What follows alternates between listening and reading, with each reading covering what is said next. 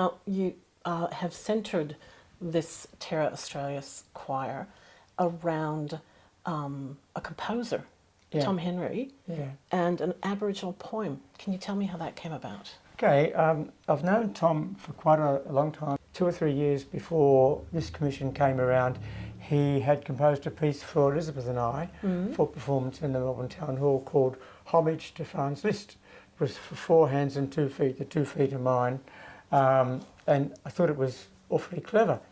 And Tom, we talked to him, we just had the feeling that he was the right person, and he turned up here with Bill Nigel's book of poetry, and I've got it sitting here, well not the book, but some of the words. Yes. And I sat in that chair and he sat on that sofa and I started reading it. This earth I never damage, I look after. This ground and this earth, like brother and mother. Earth, like your father or brother or mother. Because you're born from earth, you've got to come back to earth, and I'm nearly tearing up again.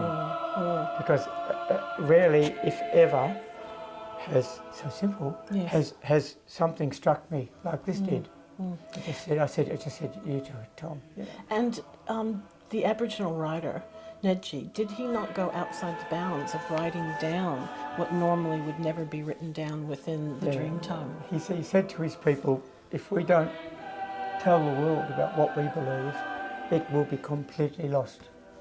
So this was part of it. Because he was the last of his language. He was the last. There's a picture on the program. If people come along, they see a beautiful black and white picture recently sent to Elizabeth.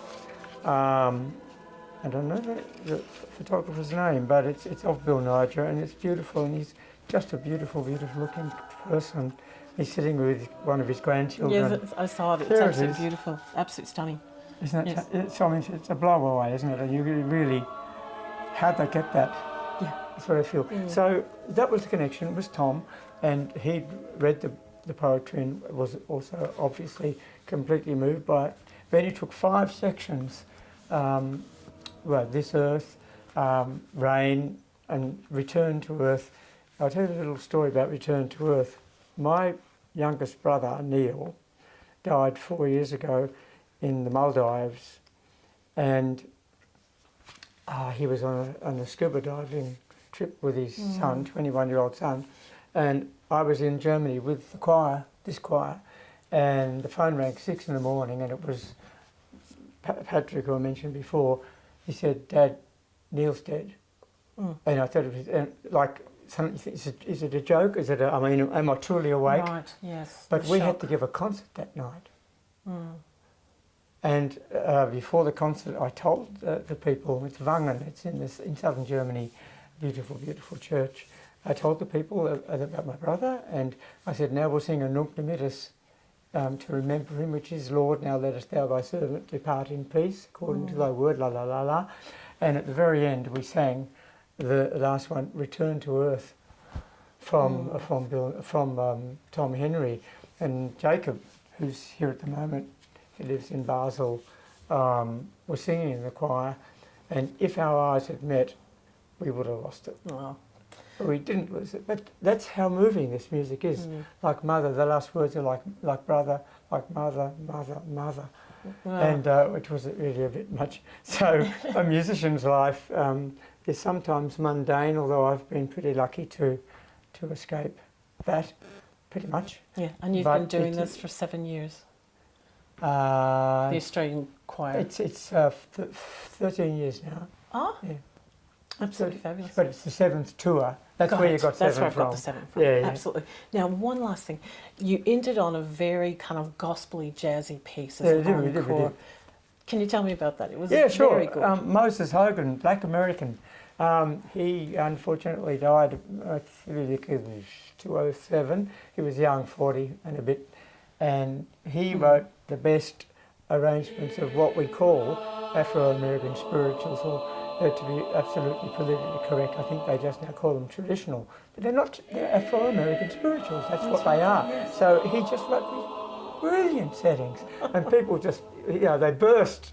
They Yahoo, didn't they? They yelled, see, because they're so good. I mean, the soprano sings her top C at the end. I mean, it's a big event. But it's really driving. Oh, He had the surest hand. There is a balm in Gilead and these things, you know. There's one, did my Lord deliver Daniel? So why not all of us? Now you've got 3 shows when you come back from your international tour in Geelong, Macedon, and you need a bit of fundraising as well, because this just doesn't happen. No, it has to be funded. So you're looking for people who have some money, would love to donate and keep the choir going. Yeah, we do need money. Bums on seats account for about 50% of our costs. And people look at a full room and think, oh wow, they must be doing really well. But it ain't that simple. This administration, you know, everything, just to keep anything running. We do very well, and people have been staggeringly generous. But we need continued and renewed sponsorship, yes. Fabulous. And if you want to help, you can just find the Australian Chamber Choir online, and there'll be details there. It's very easy to find it online. Very just put good. Oz Choir, AUSCHOIR, and you'll be there. Fantastic. Thank you very much for your time. Pleasure. It's been lovely. In the Lord.